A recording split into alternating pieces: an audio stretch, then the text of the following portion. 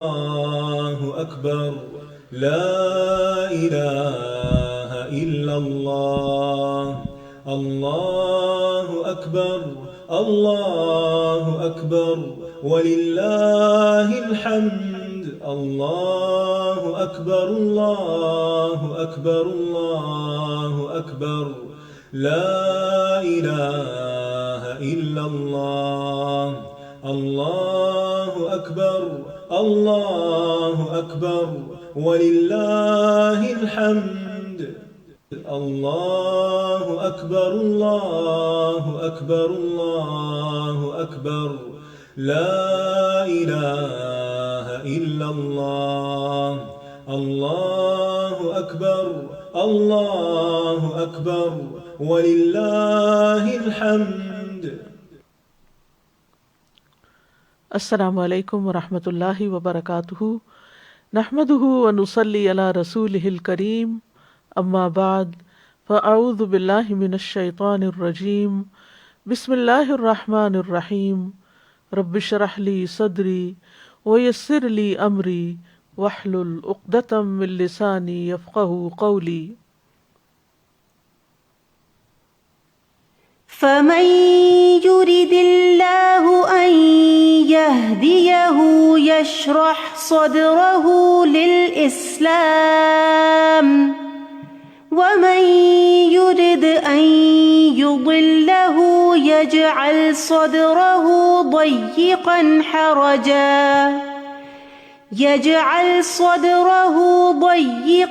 حرجا كأنما يصعد في السماء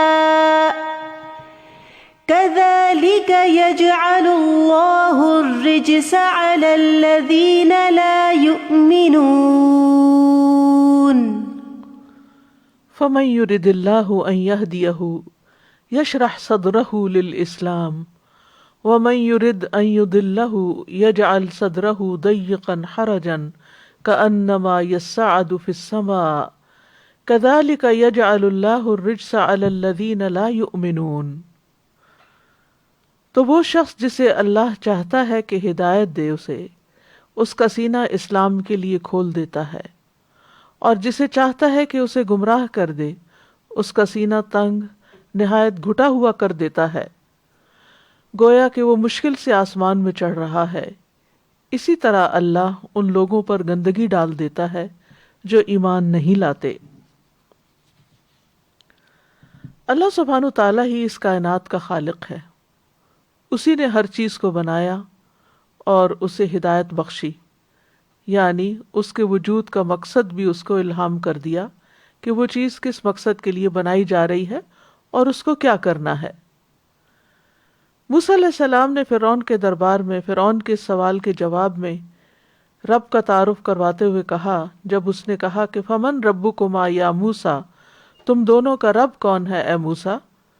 قال ربنا الذی اعطی کل شیء خلقہ ثم ہدی، کہا ہمارا رب وہ ہے جس نے ہر چیز کو پیدا کیا پھر اس کو راہ دکھائی، یعنی ہر چیز کی ساخت بنائی اور پھر اس کو راہ بتائی۔ تو جس رب نے ساری مخلوق کو ہدایت بخشی ہے وہی رب انسانوں کو بھی ہدایت دینے والا ہے۔ اللہ سبحانہ تعالیٰ فرماتے ہیں ان علینا للہدی، اور بے شک ہدایت دینا ہمارے ذمہ ہے، اور یہ کہ ان ھدی اللہ ھو الھدی، بے شک اللہ کی ہدایت وہی اصل ہدایت ہے۔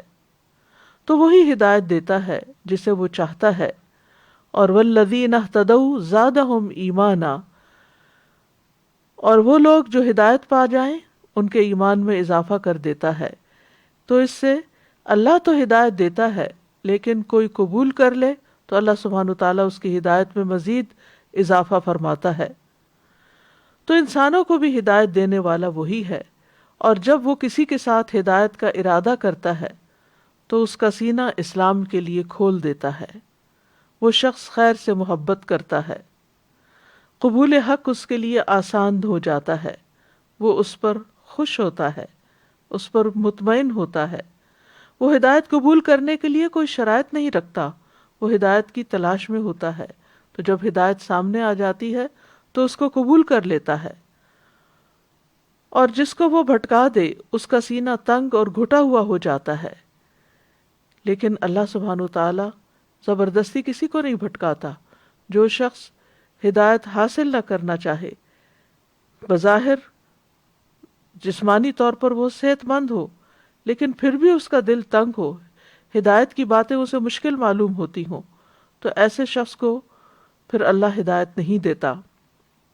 یعنی جو شخص ایمان، علم اور یقین سے انتہائی گھٹن محسوس کرتا ہے اور اس کے دل پر شبہات اور شہوات کا غلبہ ہوتا ہے، تو اللہ سبحانہ وتعالیٰ اس کو ہدایت کی توفیق نہیں دیتا۔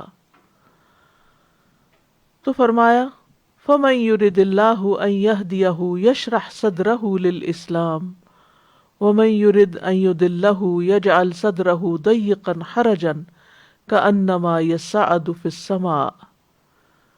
تو یہاں پر فرمایا کہ جس شخص کو اللہ چاہتا ہے کہ ہدایت دے، اس کا سینہ اسلام کے لیے کھول دیتا ہے، اور اس میں جب بندہ چاہتا ہے کہ اس کو ہدایت ملے تو اللہ سبحانہ وتعالیٰ بھی اس کے لیے ہدایت کی راہیں آسان کر دیتا ہے، اس کو توفیق عطا کرتا ہے، اسلام کو اس کے لیے آسان اور سہل کر دیتا ہے، اسلام کی طرف آنے کے لیے اس کو ہمت عطا کرتا ہے۔ تو یہ اس بندے کے ساتھ بھلائی کی علامت ہوتی ہے۔ ابن عباس رضی اللہ عنہما کہتے ہیں فَمَن يُرِدِ اللَّهُ أَن يَهْدِيَهُ يَشْرَحْ صَدْرَهُ لِلْإِسْلَامِ کے بارے میں کہ اللہ اس کے دل کو توحید اور ایمان کے لیے کشادہ کر دیتا ہے، کھول دیتا ہے، کھلا کر دیتا ہے، اور اس طرح وہ اللہ کے ہر حکم کو دل کی خوشی سے قبول کرتا ہے۔ اسی لیے ایک حدیث میں بھی آتا ہے کہ مَن يُرِدِ اللَّهُ بِهِ خَيْرًا يُفَقِّهْهُ فِي الدِّينِ، کہ جس کے ساتھ اللہ تعالیٰ خیر کا ارادہ کرتا ہے اس کو دین کی سمجھ دے دیتا ہے۔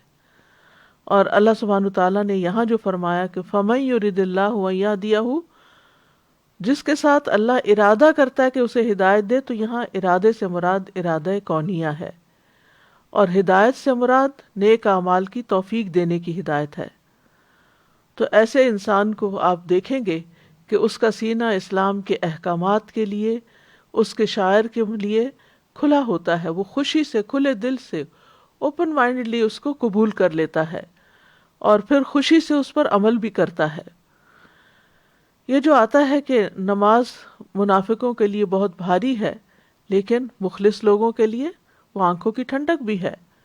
نبی صلی اللہ علیہ وسلم نے فرمایا تمہاری دنیا کی چیزوں میں سے عورتیں اور خوشبو میرے لیے محبوب بنا دی گئی، اور میری آنکھوں کی ٹھنڈک نماز میں رکھ دی گئی، میری آنکھوں کی ٹھنڈک نماز میں رکھ دی گئی۔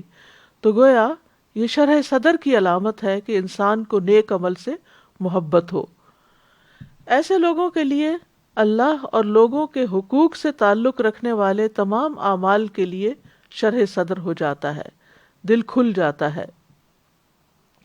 اس کے طریقے اور عبادت میں سے ہے کہ انسان پر واجب ہے کہ وہ سارے کے سارے اسلام کو اس کے اصولوں اور اس کے فروع یعنی اس کی جزئیات کے ساتھ قبول کریں، اور اس کو بھی قبول کریں جو اللہ کے حق کے ساتھ تعلق رکھتا ہے، اور اس کو بھی جو بندوں کے حقوق کے ساتھ تعلق رکھتا ہے۔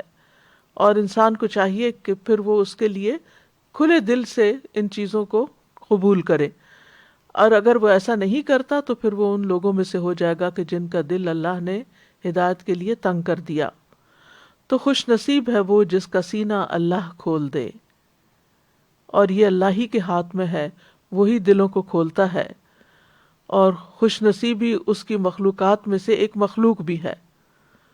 تو اس اپنی مخلوق میں سے اس خوش نصیبی کو جس آدمی کے دل میں چاہتا ہے رکھ دیتا ہے، لہٰذا وہ دین کی بات سننے پر خوش ہوتا ہے، مسکراتا ہے، گویا وہ اس کے اپنے دل کی بات ہو۔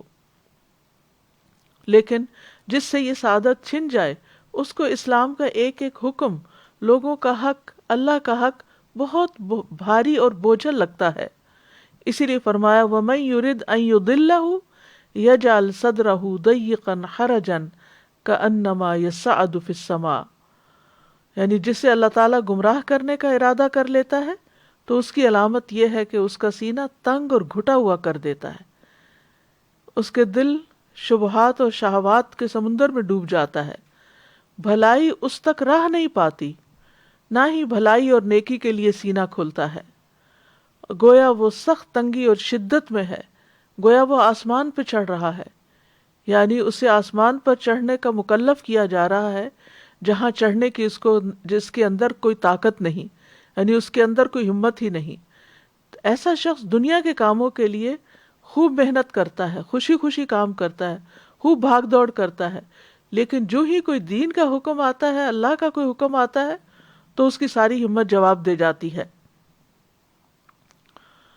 اور یہاں پر یہ جو لفظ حرجن استعمال ہوا ہے، عمر بن خطاب نے مدلج قبیلے کے ایک بادیہ نشین یعنی صحرا میں رہنے والے اعرابی سے حرجہ کا مطلب پوچھا، تو انہوں نے کہا کہ درختوں کے درمیان ایک ایسا درخت ہوتا ہے جس تک پالتو یا جنگلی جانور یا کوئی اور چیز نہیں پہنچ سکتی، یعنی وہ اتنا اندر ہوتا ہے جنگل میں کہ اس تک کسی کی رسائی نہیں ہوتی۔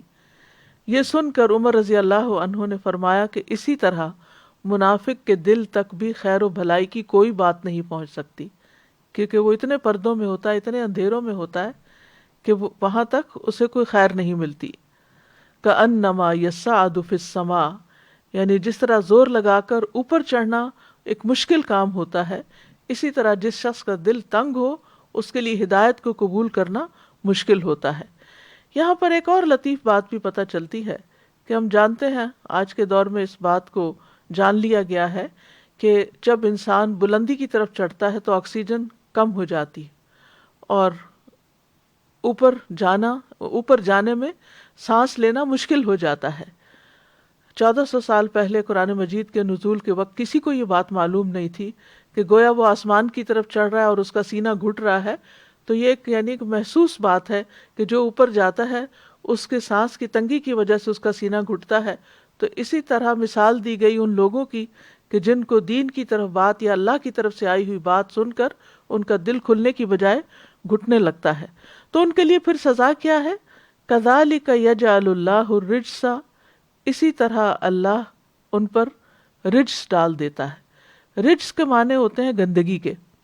ابن زید کہتے ہیں کہ اس سے مراد عذاب ہے، یعنی ایسے لوگوں پر پھر اللہ کا عذاب ہی آتا ہے۔ ابن عباس کہتے ہیں رجس سے مراد شیطان ہے، یعنی اللہ ان پر شیطان کو مسلط کر دیتا ہے، جیسا کہ ایک آیت میں بھی آتا ہے وَمَن يَعْشُ عَن ذِكْرِ الرَّحْمَنِ نُقَيِّضْ لَهُ شَيْطَانًا فَهُوَ لَهُ قَرِينٌ، کہ جو رحمان کے ذکر سے تغافل برتتا ہے ہم اس پر ایک شیطان مسلط کر دیتے ہیں جو اس کا دوست بن جاتا ہے، اور پھر جس کو شیطان کی دوستی میسر آ جائے اس کے لیے خیر کی راہوں پہ چلنا تو بہت ہی مشکل کام ہو جاتا ہے۔ مجاہد کہتے ہیں کہ رجس سے مراد ہر وہ چیز ہے جو خیر سے خالی ہو، یعنی پھر اللہ سبحانہ وتعالیٰ اس سے اس کے ساتھ خیر کا ارادہ نہیں کرتے اور اس کو ایک ایسے کاموں میں لگا دیتے ہیں کہ جس سے کوئی خیر نہیں نکلتی۔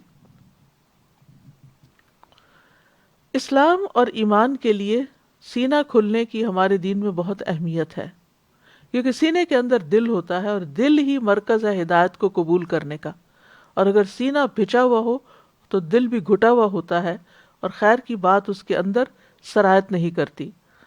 اللہ سبحانہ وتعالیٰ نے اپنے نبی کے سینے کو کھول دیا ہدایت کو قبول کرنے کے لیے اور وحی الہی کو قبول کرنے کے لیے۔ فرمایا الم نشرح لک صدرک، الم نشرح لک صدرک، کیا ہم نے آپ کے لیے آپ کا سینہ کھول نہیں دیا؟ یقیناً کھول دیا۔ اور جس کا سینہ کھل جائے اسے رب کی طرف سے ایک نور عطا ہوتا ہے، ہدایت عطا ہوتی ہے۔ سورۃ الزمر میں اللہ تعالیٰ فرماتے ہیں افمن شرح اللہ صدرہ للاسلام فہو علی نور من ربہ فویل للقاسیۃ قلوبہم من ذکر اللہ اولئک فی ضلال مبین۔ تو کیا وہ شخص جس کا سینہ اللہ نے اسلام کے لیے کھول دیا ہے سو وہ اپنے رب کی طرف سے ایک روشنی پر ہے، کیا وہ کسی سخت دل انسان کی طرح ہو سکتا ہے؟ پس ان کے لیے ہلاکت ہے جن کے دل اللہ کی یاد کی طرف سے سخت ہیں، یعنی کہ اللہ کی یاد، اللہ کا ذکر، اللہ کی عبادت کرنے کو ان کا دل نہیں مانتا۔ یہی لوگ صریح گمراہی میں ہیں۔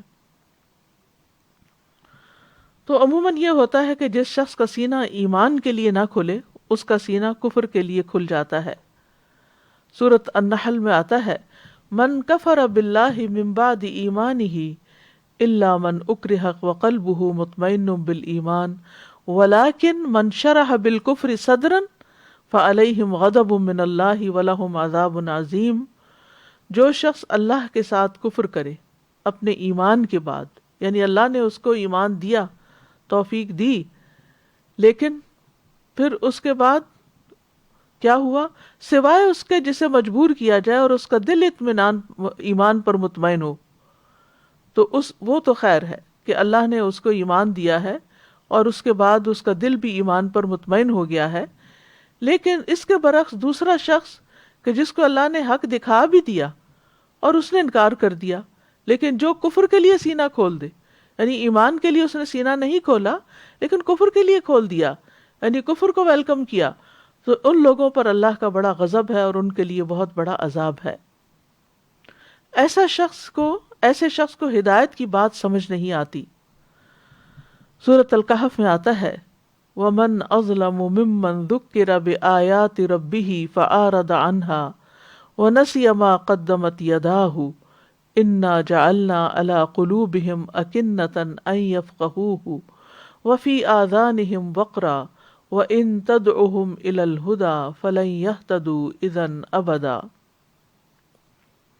اس شخص سے بڑھ کر ظالم کون ہوگا جسے اللہ کی آیات سے نصیحت کی جائے اور وہ اس سے منہ پھیر لے اور بھول جائے جو اس نے آگے بھیجا۔ ایسے لوگوں کے دلوں پر ہم نے پردے ڈال دیے ہیں کہ وہ قرآن کو سمجھ ہی نہیں سکتے اور ان کے کانوں میں بھی بوجھ ہے، اور اگر آپ انہیں سیدھے رستے کی طرف بلائیں تو وہ کبھی اس راہ پر نہیں آئیں گے۔ یعنی اس سے بھی کیا پتہ چلتا ہے کہ جس شخص کو اللہ کی آیات کے ساتھ نصیحت کی جائے لیکن وہ اس نصیحت کو قبول نہ کرے، منہ پھیر لے اور اس کو بھلا دے جو اس نے آگے بھیجا، یعنی اپنی بدعمالیوں کو یاد ہی نہ رکھے، تو ایسے لوگوں کے دلوں پر پھر اللہ تعالیٰ پردے ڈال دیتا ہے کہ پھر وہ اس کتاب کو سمجھ ہی نہیں سکتے اور ان کے کانوں میں بھی بوجھ پڑ جاتا ہے، ان کو باتیں کانوں سے ٹکرا کے ایسے ہی گزر جاتی ہیں، یا جیسے ہماری زبان میں کہتے ہیں کہ ایک کان سے سنا اور دوسرے سے نکال دیا، کوئی بھی بات سمجھ نہیں آتی، نہ کوئی دل میں رہتی ہے نہ کوئی عمل میں آتی ہے۔ ایسے لوگوں کو اگر سیدھے راستے کی طرف بلایا جائے تو وہ بات نہیں سنتے، وہ آتے ہی نہیں، کیونکہ اب اللہ تعالیٰ نے ان سے ہدایت کی توفیق چھین لی ہے۔ یاد رکھیے ایمان کے اعتبار سے دل کی 4 قسمیں ہیں۔ حذیفہ رضی اللہ عنہ سے روایت ہے، وہ کہتے ہیں کہ دلوں کی 4 اقسام ہیں۔ ایک غلاف میں لپٹا ہوا دل، بس یہ کافر کا دل ہے، یعنی جس کے اندر کچھ جاتا ہی نہیں، ختم اللہ علی قلوبہم۔ دوسرا ہے ٹیڑھا دل، یہ منافق کا دل ہے، یعنی گویا کہ اس میں ہدایت کی کچھ بات آئی لیکن اس نے کنٹین نہ کی۔ تیسرا ہے ملاوٹ کے بغیر دل، گویا کہ اس میں چراغ چمک رہا ہے، بس یہ مومن کا دل ہے۔ اور ایک دل وہ ہوتا ہے جس میں ایمان بھی ہوتا ہے اور نفاق بھی ہوتا ہے۔ تو مومن کے دل میں نفاق نہیں ہوتا، چمکتا چراغ ہوتا ہے جس کی روشنی میں وہ حق کو پہچانتا ہے اور حق پر عمل کرتا ہے۔ تو ایمان کی مثال یوں ہے جیسے کوئی درخت ہو جس کو پاکیزہ پانی مدد دیتا ہو، اور نفاق کی مثال ایسے ہے جیسے کوئی پھوڑا پھنسی ہو جس کو پیپ اور خون مدد دیتا ہو۔ یعنی دونوں پنپ رہے ہیں، درخت بھی پنپ رہا ہے لیکن وہ صاف پانی سے، اور پھوڑا بھی پنپ رہا ہے لیکن وہ پیپ سے۔ بس ان دونوں میں سے جو بھی دل پر غالب آ جائے گا وہی حالت غالب آ جائے گی۔ یعنی جس کو وحی کے پانی سے، وحی کی بارش سے فائدہ ہو، اس کو ہدایت مل جائے گی، اور دوسرا جس کا دل ٹیڑھا ہو وہ اس ہدایت کو اپنے اندر نہیں رکھے گا اور نفاق میں مبتلا ہو جائے گا، اور جس کا دل کھلے ہی نہ تو وہ تو کفر میں مبتلا ہو گیا۔ ایمان اللہ سبحانہ تعالیٰ کے صرف پسندیدہ بندوں کو نصیب ہوتا ہے۔ صحیح الترغیب و ترہیب میں آتا ہے، عبداللہ بن مسعود روایت کرتے ہیں کہ رسول اللہ صلی اللہ علیہ وسلم نے فرمایا، یقیناً اللہ مال اسے بھی دیتا ہے جس سے محبت کرتا ہے، اور اسے بھی دیتا ہے جس سے محبت نہیں کرتا، لیکن ایمان صرف اسے دیتا ہے جس سے وہ محبت کرتا ہے. پس جب اللہ کسی بندے سے محبت کرتا ہے تو اسے ایمان عطا کر دیتا ہے.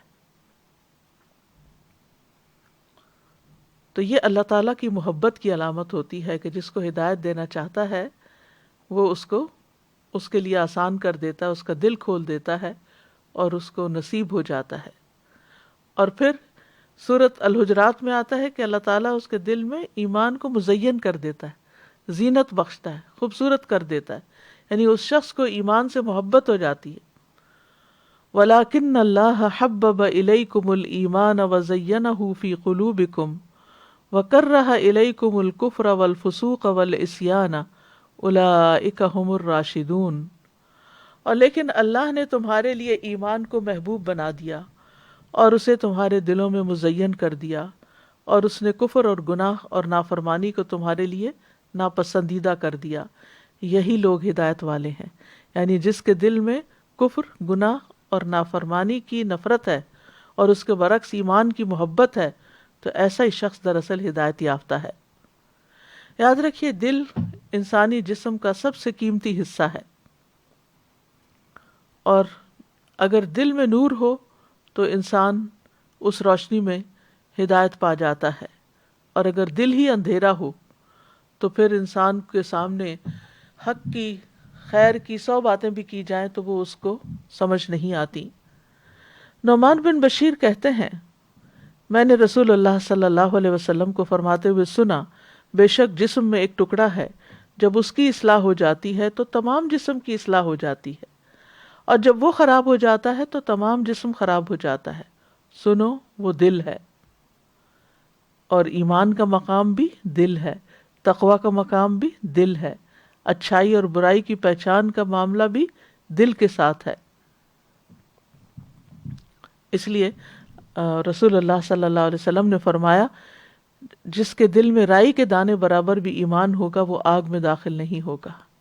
یعنی اگر دل کے اندر ایمان ہے تو پھر اس کے لیے جہنم میں خلود نہیں ہے، ہمیشگی نہیں ہے، بلکہ اس کو وہاں سے نکال لیا جائے گا.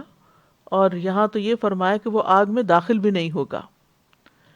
پھر اسی طرح ابو ہریرہ کہتے ہیں کہ رسول اللہ صلی اللہ علیہ وسلم نے اپنے سینے کی طرف اشارہ کرتے ہوئے فرمایا 3 بار تقوی یہاں ہے، تقوی یہاں ہے، تقوی یہاں ہے. اسی طرح ابن مسعود کہتے ہیں وہ شخص ہلاک ہوا جس کا دل نیکی کو نیکی اور اس کا دل برائی کو برائی نہ سمجھے. اور یہ بھی کب ہوتا ہے کہ دل نیکی کو نیکی سمجھے اور اس کو سمجھ میں آ جائے کہ یہ نیکی ہے؟ جب دل کے اندر روشنی ہوتی ہے، جب دل کے اندر ایمان ہوتا ہے، جب دل کے اندر ایمان کا چراغ جل رہا ہوتا ہے تو پھر انسان کو فوراً سمجھ آ جاتا ہے کہ جو نیکی میں نے کی ہے وہ واقعی نیکی تھی، اور جو برائی کی ہے وہ برائی تھی. یعنی برائی اور بھلائی کا فرق محسوس کرنے لگتا ہے. اور اللہ تعالیٰ دل کی بنیاد پر ہی بندوں کو چنتا ہے. عبداللہ بن مسعود کہتے ہیں کہ بے شک اللہ نے بندوں کے دلوں پر نظر فرمائی تو محمد صلی اللہ علیہ وسلم کے دل کو بندوں کے دلوں میں سب سے زیادہ بہتر پایا، اس لیے اللہ نے ان کو اپنے کام کے لیے منتخب فرما لیا اور انہیں پیغمبری کا شرف عطا کر کے مبعوث فرمایا. پھر قلب محمد کے بعد بندوں کے دلوں پر نظر فرمائی تو آپ صلی اللہ علیہ وسلم کے صحابہ کے دلوں کو سب سے بہترین پایا، چنانچہ اللہ نے انہیں اپنے نبی کا وزیر بنا دیا. پھر اللہ سبحانہ تعالیٰ بندوں کی شکلیں دیکھنے کے بجائے دل دیکھتا ہے.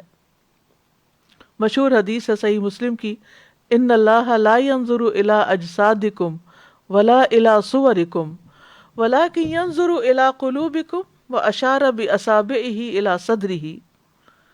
رسول اللہ صلی اللہ علیہ وسلم نے فرمایا بے شک اللہ نہ تمہارے جسموں کو دیکھتا ہے کہ کتنے فٹ اور سمارٹ ہیں، نہ ہی تمہاری صورتوں کو دیکھتا ہے کہ جو سو کالڈ انسانوں کے بنائے ہوئے سٹینڈرڈ ہیں ان کے مطابق حسن کے جو معیار ہیں ان پر کون پورا اترتا ہے.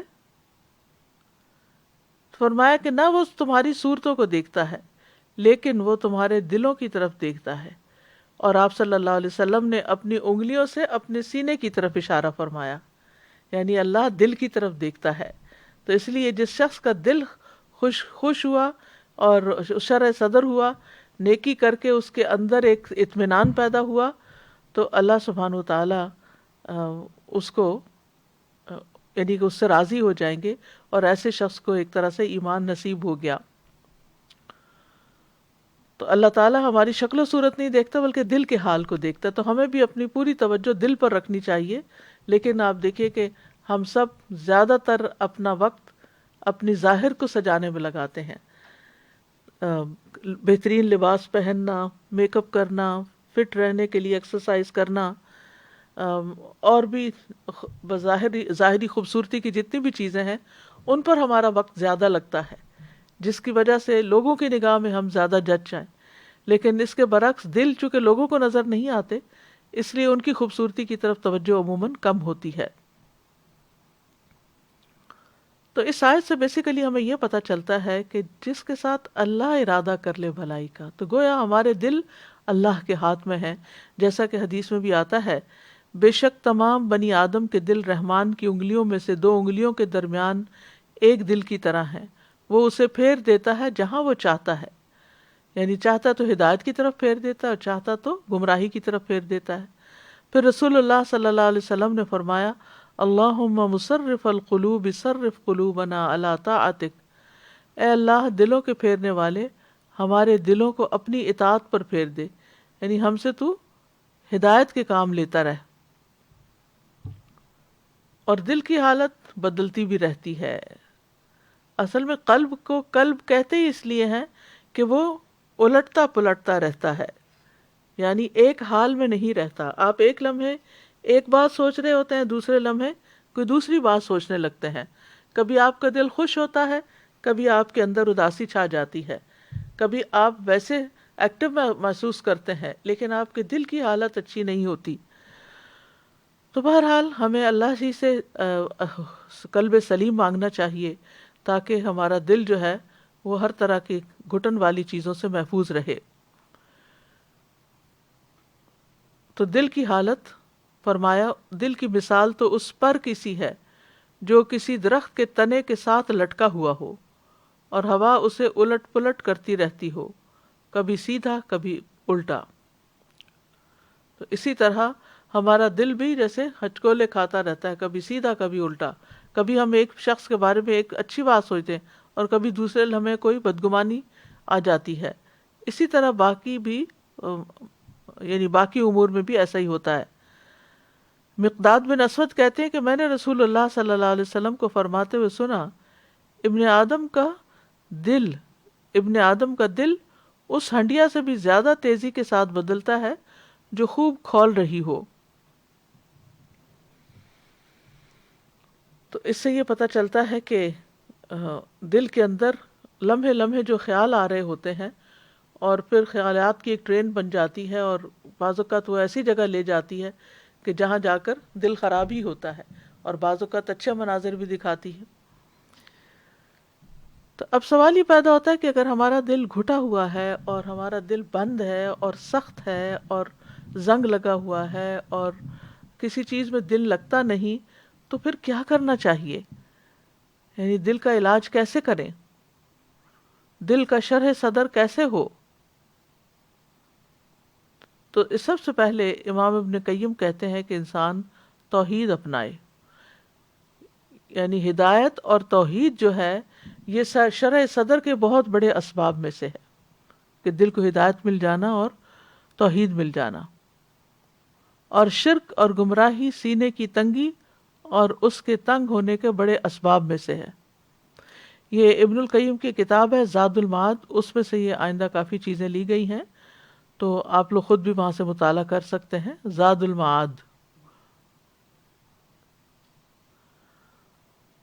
تو بہرحال ہدایت جو ہے وہ شرح صدر کا باعث ہے اور کفر دل کی تنگی کا باعث ہے۔ پھر ایمان کے نور سے سینے کا نکلنا،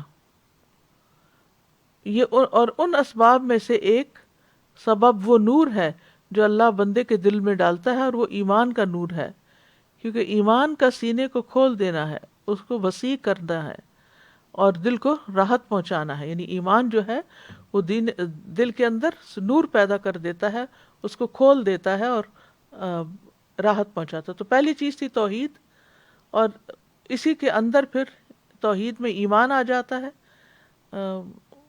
توحید میں ایمان آ جاتا ہے، اور پھر اس ایمان کی وجہ سے انسان کا دل جو ہے وہ روشن ہو جاتا ہے، اور اگر یہ نکل جاتا ہے تو پھر بندے کے دل سے جب یہ نور کھو جاتا ہے اور اس کا سینہ تنگ پڑ جاتا ہے اور دل رکنے لگتا ہے، تو پھر ایک قید خانہ سا بن جاتا ہے اور دل کے اندر ایک گھٹن سی محسوس ہوتی ہے۔ ایمان سے ہی دل کو ہدایت ملتی ہے۔ فرمایا وَمَن يُؤْمِن بِاللَّهِ يَهْدِ قَلْبَهُ، جو شخص اللہ پر ایمان لے آئے تو اللہ اس کے دل کو ہدایت بخشتا ہے۔ دوسری اہم چیز علم حاصل کرنا۔ علم حاصل کرنے سے سینہ کھلتا ہے، علم سینے کو کھولتا ہے اور اس کو وسیع کر دیتا ہے، یہاں تک کہ وہ سینہ دنیا سے زیادہ وسیع ہو جاتا ہے۔ یعنی وہ دل پھر صرف دنیا کے بارے میں نہیں سوچتا، وہ آخرت اور جنت اور جہنم کے بارے میں بھی بہت واضح طور پر سوچتا ہے۔ جہالت سینے کو تنگ کر دیتی، جہالت اندھیرا ہوتا ہے، اندھیرے میں گھٹن ہوتی ہے، تنگی محسوس ہوتی ہے، انسان کی موبلٹی ختم ہو جاتی ہے۔ تو جہالت سینے کو تنگ کر دیتی ہے، اس کو بند کر دیتی ہے، اس کو محبوس کر دیتی ہے۔ تو جیسے جیسے بندے کا علم بڑھتا جاتا ہے، اس کا سینہ کھلتا جاتا ہے اور وسیع ہوتا جاتا ہے۔ لیکن ہر علم سے ایسا نہیں ہوتا۔ علم عمومی طور پر انسان کو فائدہ دیتا ہے، لیکن سارے علم نہیں۔ اس علم سے مراد یہاں علم نافع ہے، یعنی جس علم سے انسان کو فائدہ پہنچے، اور وہ سب سے بڑا علم دین ہے، یعنی جو رسول اللہ صلی اللہ علیہ وسلم کی وراثت ہے، ان کے ذریعے ہم تک پہنچا ہے۔ تو جو لوگ اس علم کو صحیح طور پر حاصل کریں، اچھی نیت کے ساتھ، اور اس پر عمل بھی کریں، تو ان کے سینے کھل جاتے ہیں، ایسے لوگوں کے دل، پھر وہ دل وسیع ہو جاتے ہیں، اور ایسے لوگ پھر وسعت قلبی کا ثبوت دیتے ہیں، ان کے اخلاق پاکیزہ ہو جاتے ہیں، ان کی زندگی سب سے بہترین ہو جاتی ہے۔ تیسری چیز اللہ کی طرف رجوع کرنے اور اس سے محبت کرنے سے سینے کا کھلنا۔ الانابۃ الی اللہ سبحانہ وتعالی، یعنی اللہ سبحانہ وتعالی کی طرف رجوع کرنا اور دل کی گہرائی سے اللہ سے محبت کرنا اور اس کی طرف متوجہ ہونا اور اس کی عبادت سے خوشی پانا۔ دوسری کوئی بھی چیز بندے کے سینے کو ان سے بڑھ کر نہیں کھولتی۔ تو جب کبھی دل تنگ ہونے لگے تو فوراً اللہ کی طرف رجوع کریں، اللہ کا ذکر کریں، قرآن مجید پڑھیں، اللہ تعالیٰ کو یاد کریں، تو انشاءاللہ کچھ ہی دیر کے بعد آپ کے دل کی حالت بہتر ہونے لگے گی۔ اور علامہ ابن القیم کہتے ہیں، یہاں تک کہ کبھی وہ کہتا ہے کہ اگر جنت میں میری یہی حالت ہوگی تو سب سے زیادہ خوشگوار زندگی گزارنے والا میں ہی ہوں گا۔ یعنی اتنا زیادہ شرح صدر ہو جاتا ہے کہ دنیا میں بھی اس کو جنت کا مزہ آنے لگتا ہے۔ یاد رکھیے، جتنی زیادہ اللہ سے محبت ہوگی اتنا ہی زیادہ دل کھلے گا، انسان کے اندر ایک خوشی پیدا ہو جائے گی، اور اس کو وہی جانتا ہے جس کے اندر اللہ کی محبت ہو۔ اور جیسے جیسے اللہ کی محبت مضبوط اور شدید ہوتی جاتی ہے، سینہ اتنا ہی زیادہ کھلتا جاتا ہے اور وسیع ہوتا جاتا ہے، اور وہ صرف بیکار لوگوں کو دیکھ کے دل تنگ اس کا پڑتا ہے۔ یعنی ویسے اس کا دل تنگ نہیں ہوتا، لیکن جو لوگ وقت ضائع کریں، بیکار ہوں، فضول لغو کاموں میں لگے ہوئے ہوں۔ اور امام ابن القیم کہتے ہیں کہ ان کی حالت، جن کی حالت یہ نہیں ہوتی، تو ایسے لوگوں کو دیکھنا ان کی آنکھ کا تنکا ہے، یعنی ان کو دیکھ کے پریشان ہوتے ہیں، اور ان سے ملنا ان کے لیے بخار کی مانند ہوتا ہے، یعنی ایسے لوگوں سے مل کر بھی وہ خوش نہیں ہوتے۔ پھر اسی طرح اللہ تعالیٰ سے اگر کوئی روگردانی کر لیتا ہے تو پھر اس کا سینہ بھی تنگ ہو جاتا ہے، یعنی جو نماز نہ پڑھے، ذکر نہ کرے، قرآن نہ پڑھے، دین کی مجلس میں شرکت نہ کرے۔ ابن القیم کہتے ہیں کہ سینے کے تنگ ہونے کے اسباب میں سے اللہ تعالیٰ سے روگردانی کرنا اور غیر اللہ کے ساتھ دل کو وابستہ کرنا ہے، اور اللہ کے ذکر سے غافل ہونا ہے، اور اس کے سوا کسی اور سے محبت کرنا ہے، یعنی اللہ کو چھوڑ کر اوروں سے محبت کرنا ہے۔ تو جو اللہ کے سوا کسی دوسرے سے ویسی محبت کرتا ہے، یعنی جیسی اللہ سے کی جانی چاہیے، تو وہ اسی کے ساتھ عذاب دیا جاتا ہے، اور غیر اللہ کی محبت میں اس کا دل جکڑ دیا جاتا ہے، تو زمین میں اس سے بڑا بدبخت کوئی نہیں ہوتا، کیونکہ پھر اس کو اس کے بغیر چین اور قرار ہی نہیں آتا، تو یہ بذات خود ایک بہت بڑی سزا ہو جاتی ہے۔ اسی طرح اللہ کے ذکر سے روگردانی کے نتیجے میں زندگی تنگ ہو جاتی ہے۔ فرمایا سورۃ طٰہٰ میں وَمَنْ أَعْرَضَ عَنْ ذِكْرِي فَإِنَّ لَهُ مَعِيشَةً ضَنْكًا وَنَحْشُرُهُ يَوْمَ الْقِيَامَةِ أَعْمَىٰ، جس نے میرے ذکر سے منہ پھیرا تو بے شک اس کے لیے دنیا کی زندگی تنگ ہے، اور اسے ہم قیامت کے دن اندھا کر کے اٹھائیں گے۔ قَالَ رَبِّ لِمَ حَشَرْتَنِي أَعْمَىٰ وَقَدْ كُنْتُ بَصِيرًا، وہ کہے گا اے میرے رب تو نے مجھے اندھا کر کے کیوں اٹھایا، حالانکہ میں تو دیکھنے والا تھا۔ وہ فرمائے گا اسی طرح تیری طرف میری آیات آئی تھی، ہماری آیات آئی تھی تو انہیں بھول گیا تھا، اور اسی طرح آج تو بھلایا جاتا ہے۔ تو جو اللہ کی کتاب کو بھلا دیتا ہے، اللہ کی بات کو بھلا دیتا ہے، پھر اس کا سینہ تنگ ہو جاتا ہے۔ پھر اسی طرح چوتھی چیز یہ ہے کہ نبی صلی اللہ علیہ وسلم کی اتباع کی جائے، اس سے بھی سینہ کھلتا ہے۔ رسول اللہ صلی اللہ علیہ وسلم ہر اس صفت سے متصف تھے، ہر اس صفت کے حامل تھے جس سے اخلاق مکمل ہوتا ہے، اور شرح صدر اور دل کی وسعت اور آنکھوں کی ٹھنڈک اور روح کی زندگی حاصل ہوتی ہے۔ بس آپ شرح صدر اور زندگی میں اور آنکھوں کی ٹھنڈک میں سب سے زیادہ کامل تھے، اور اس کے ساتھ ساتھ آپ کا سینہ ظاہری طور پر بھی وسیع تھا، کشادہ سینے والے تھے، اور مخلوق میں سے جو آپ کی پیروی زیادہ کرے گا، یعنی سب سے زیادہ کامل ہوگا آپ صلی اللہ علیہ وسلم کا اتباع کرنے میں، تو وہ شرح صدر میں اور لذت اور آنکھوں کی ٹھنڈک میں بھی سب سے زیادہ کامل ہوگا، اور بندہ آپ صلی اللہ علیہ وسلم کی پیروی کے مطابق ہی اپنے شرح صدر کو پا سکتا ہے، یعنی جتنی وہ پیروی کرے گا اتنا ہی زیادہ، یعنی آپ صلی اللہ علیہ وسلم کی پیروی کرے گا، اتباع کرے گا، اتنا ہی زیادہ سینہ کھلتا جائے گا۔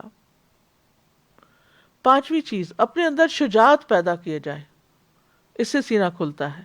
فرمایا جو بہادر ہوتا ہے، جو کھلے سینے والا ہوتا ہے، اس کا باطن وسیع ہوتا ہے اور اس کا دل کھلا ہوتا ہے، اور بزدل کا سینہ سب سے زیادہ تنگ ہوتا ہے، کیونکہ وہ ہر چھوٹی بڑی بات پہ ڈر جاتا ہے اور اس کا دل گھٹنے لگتا ہے، اور اس کا دل سب سے زیادہ بند ہوتا ہے، نہ اس کے لیے کوئی خوشی ہوتی ہے اور نہ ہی مسرت، اور نہ ہی اس کے لیے کوئی لذت ہوتی ہے، اس کے لیے صرف وہی نعمتیں ہوتی ہیں جو مویشی جانوروں کے لیے ہوتی ہیں، یعنی کھانا پینا، سیکس وغیرہ، بس۔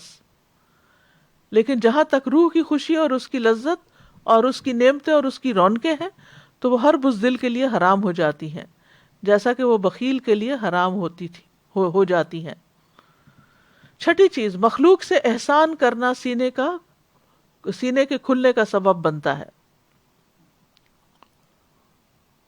جتنا بھی انسان کے لیے ممکن ہو اپنے جیسے انسانوں کا خیال رکھتا رہے، مال، منصب اور جسم کے ذریعے اور احسان کی مختلف اقسام کے ذریعے ان کو فائدہ پہنچاتا رہے، چاہے وہ اس کے رشتہ دار ہوں یا نہ ہوں۔ تو گویا جو شخص فراخ دل ہے، کھلے دل والا ہے، اس کا دل سب سے زیادہ کھلتا ہے نیکی کی بات سن کر، مخلوق سے احسان کر کے، اس کا نفس سب سے زیادہ پاک اور اس کا دل سب سے زیادہ خوشحال۔ پھر بخیل کا سینہ کس طرح تنگ ہوتا ہے، اس کی مثال یوں دی گئی، آپ نے فرمایا بخیل اور خرچ کرنے والے کی مثال ایسے دو آدمیوں کی سی ہے جن کے بدن پر لوہے کے دو کرتے ہوں۔ بخیل اور خرچ کرنے والے کی مثال ایسے ہے جیسے دو لوگوں نے لوہے کے کرتے پہنے ہوئے ہوں۔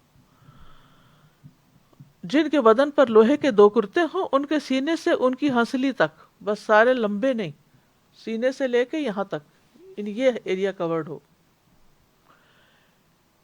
تو فرمایا جب بخیل بھی خرچ کرنے کا ارادہ کرتا ہے تو اس کرتے کا ہر حلقہ اپنی جگہ سے چمٹ جاتا ہے. بخیل اسے کشادہ کرنے کی کوشش کرتا ہے لیکن وہ کشادہ نہیں ہو پاتا. ساتویں چیز، دل کو خراب کرنے والی مذموم صفات سے بچنا چاہیے. اگر آپ چاہتے ہیں کہ دن بھر آپ کا دل اچھا رہے تو اچھی باتیں سنیں اور اچھی باتیں ہی کریں، ورنہ ایسی صفات یا ایسے اخلاق جو دل کو سخت کر دیتے ہیں ان سے پناہ مانگنی چاہیے.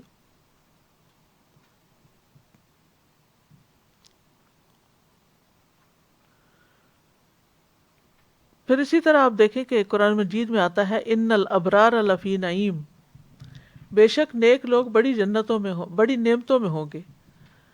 سورۃ انفطار میں آتا ہے ان الفجار لفی جہیم، اور بے شک نافرمان لوگ یقیناً بھڑکتی ہوئی آگ میں ہوں گے. حسد، بغض، تکبر جیسی مذموم صفات انسان کو خود اپنے اندر سے ہی جلا ڈالتی ہیں. ابن عربی کہتے ہیں کہ جو دل بغض کرنے والا، حسد کرنے والا، خود پسند اور متکبر ہو، وہ سلامتی والا دل ہو ہی نہیں سکتا. وہ سلامتی والا دل ہو ہی نہیں سکتا. یعنی یہ چیزیں بھی انسان کے اندر جلن اور کڑن پیدا کرتی ہیں. پھر زبان کی اصلاح سے دل کی اصلاح ہوتی ہے. نبی صلی اللہ علیہ وسلم نے فرمایا کسی آدمی کا ایمان درست نہیں ہوتا یہاں تک کہ اس کا دل درست ہو، اور اس کا دل درست نہیں ہو سکتا یہاں تک کہ اس کی زبان درست ہو جائے. بعض علماء کہتے ہیں کہ دل کی اصلاح 5 چیزوں کے ساتھ ہے. نمبر 1 غور و فکر کے ساتھ قرآن میں. نمبر 2 پیٹ کو خالی رکھنا. نمبر 3 رات کا قیام کرنا اور سحری کے وقت اللہ کے آگے گڑگڑانا. اور پھر نمبر 4 نیک لوگوں کی مجلس اختیار کرنا. نمبر 6 حلال کھانا کھانا. یہ چیزیں جو ہیں یہ انسان کے اندر وسعت قلب پیدا کر دیتی ہیں. اور دل کو بگاڑنے والی بھی 5 باتیں ہیں. ابن القیم رحمہ اللہ کہتے ہیں کہ دل کو بگاڑنے والے 5 امور ہیں. نمبر 1 لوگوں سے زیادہ گھل مل کر رہنا، ہر وقت سوشلائزنگ. نمبر 2 خواہش پرستی، یعنی ہر وہ کام کر لینا جس کا دل چاہ رہا ہو. اور پھر اللہ کے غیر سے دلی تعلق رکھنا. پھر زیادہ کھانا اور زیادہ سونا. یہ 5 چیزیں دلوں کو خراب کرنے والی ہیں.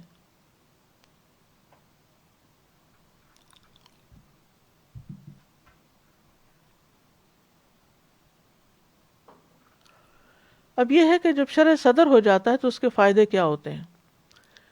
اس کا فائدہ یہ ہے کہ دل اور اعضاء سلامت رہتے ہیں. انسان برے ارادوں اور برے گمانوں سے پاک ہو تو زبان کی اصلاح بھی ہوتی ہے، اور زبان کی اصلاح جب ہو جاتی ہے تو پھر اس کے باقی اعمال بھی درست ہوتے ہیں. پھر نیکی اور اطاعت کے کاموں میں راحت ملنا، یعنی انسان کا دل نیکی کے کاموں میں خوش ہوتا ہے. کم عمل اور زیادہ اجر ملنا، یعنی جب نیت اور ارادے کے ساتھ عمل کریں گے، دل سلامت ہوں گے تو اجر بھی اتنا ہی زیادہ بڑھتا چلا جائے گا. خیر اور شر کی پہچان ملنا. ابن تیمیہ کہتے ہیں کہ پس سلامتی والا قابل تعریف دل وہ ہوتا ہے جو خیر کا ارادہ کرے اور شر کا ارادہ نہ کرے.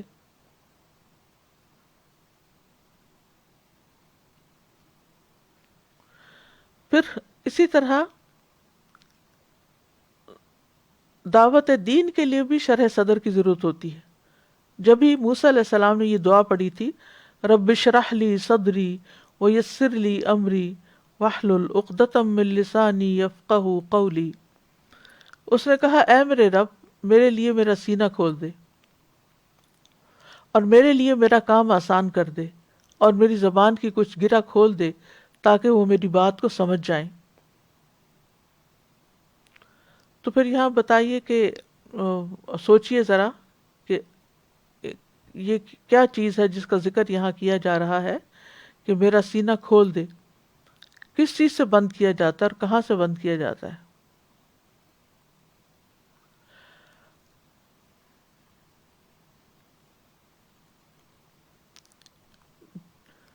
پھر اسی طرح انسان کے دل کی حالت کے مطابق ہی قبر میں بھی اس سے معاملہ کیا جائے گا. بندے کا قبر میں خوشی اور عذاب اور قید ہونے اور آزاد ہونے میں وہی حال ہوگا جو سینے میں دل کا ہوتا ہے. پھر مومن کی قبر وسیع ہوگی. قیامت کے دن سلامت دل والے کے لیے نجات ہوگی. یوم لا ینفع مال ولا بنون الا من اتى اللہ بقلب سلیم. تو ہمیں یہ دعا کثرت سے مانگنی چاہیے، رب اشرح لی صدری، کہ اللہ میرا سینہ کھول دے. اور پھر یہ بھی کہ ہمارے دلوں سے غل دور کر دے، ہمارے دلوں میں نور پیدا کر دے. اللہم اجعل فی قلبی نورا، پھر دل سے میل کچیل نکال دے. اللہم اہد قلبی وسدد لسانی واسلل سقیمۃ قلبی. پھر اسی طرح دل کی طہارت کی دعا کرنی چاہیے. اللہم اغسل قلبی بماء الثلج والبرد ونقی قلبی من الخطایا کما نقیت الثوب الابیض من الدنس. اے اللہ میرے دل کو برف اور اولے کے پانی سے دھو دے اور میرے دل کو خطاؤں سے صاف کر دے. اللہ تعالیٰ سے سلامت دل کا سوال کرنا چاہیے. وَأَسْأَلُكَ قَلْبًا سَلِيمًا، کہ اللہ میں تجھ سے قلب سلیم کا سوال کرتا ہوں. اور کرنے کے کام کیا ہیں کہ انسان دعاؤں کے علاوہ اسلام کے دین ہونے پر راضی ہو جائے. رضیت باللہ ربًا وبالاسلام دینا وبمحمد نبیا. پھر اسی طرح آپ صلی اللہ علیہ وسلم نے فرمایا جو اللہ کے رب ہونے، اسلام کے دین ہونے پر اور محمد صلی اللہ علیہ وسلم کے نبی ہونے پر راضی ہو، اس کے لیے جنت واجب ہو گئی. پھر اسی طرح اللہ اور رسول جو بھی فیصلہ کریں اس معاملے میں دل میں تنگی نہ پائیں. اللہ اور اس کے رسول کے احکامات کو خوش دلی سے قبول کریں، دل کی خوشی کے ساتھ بجا لائیں. اپنے آپ کو عبادت کے لیے فارغ کریں. عبادت میں خوشی محسوس کریں.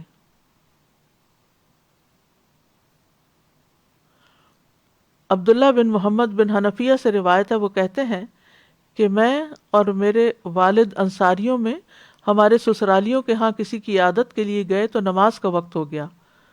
تو اس نے اپنے گھر والوں میں سے کسی کو کہا، اے لڑکی میرے لیے وضو کا پانی لاؤ، شاید میں نماز پڑھ لوں تو راحت پاؤں. کہتے ہیں تو ہم نے ان کا یہ جملہ پسند نہ کیا کہ شاید کہ میں راحت پاؤں. انہوں نے کہا میں نے رسول اللہ صلی اللہ علیہ وسلم کو سنا، آپ فرماتے تھے اے بلال اٹھو اور ہمیں نماز کے ساتھ راحت پہنچاؤ. پھر اسی طرح سینے کی ہدایت کے لیے قرآن کو تھام کر رکھیں کیونکہ شفاء لما فی الصدور ہے. پھر یہ کہ اپنے ایمان کا وقتاً فوقتاً جائزہ لیتے رہیں، تجدید کرتے رہیں اور اس کے لیے نیک لوگوں کے ساتھ وقت گزاریں. دل کو غیر اخلاقی برائیوں سے پاک کر دیں. ہر ماہ کے 3 روزے رکھیں اور پھر دل کو چمکانے کے لیے کثرت سے استغفار کریں کیونکہ گناہ وہاں جا کے بیٹھ جاتے ہیں، تو استغفار سے وہ دل چمک اٹھتا ہے. نعمتوں پر شکر گزار ہوں اور گناہوں پر استغفار کرتے رہیں تو انشاءاللہ دل سلامت رہے گا اور اللہ سبحانہ وتعالی ہدایت کی راہیں دکھائے گا. اللہ تعالی ہمیں عمل کی توفیق عطا فرمائے. وآخر دعوانا ان الحمد للہ رب العالمین. سبحانک اللہم وبحمدک اشہد ان لا الہ الا انت استغفرک واتوب الیک. السلام علیکم ورحمۃ اللہ وبرکاتہ. اللہ اکبر اللہ اکبر اللہ اکبر لا الہ الا اللہ. اللہ اکبر اللہ اکبر وللہ الحمد. اللہ اکبر اللہ اکبر اللہ اکبر لا الہ الا اللہ. اللہ اکبر اللہ اکبر وللہ الحمد.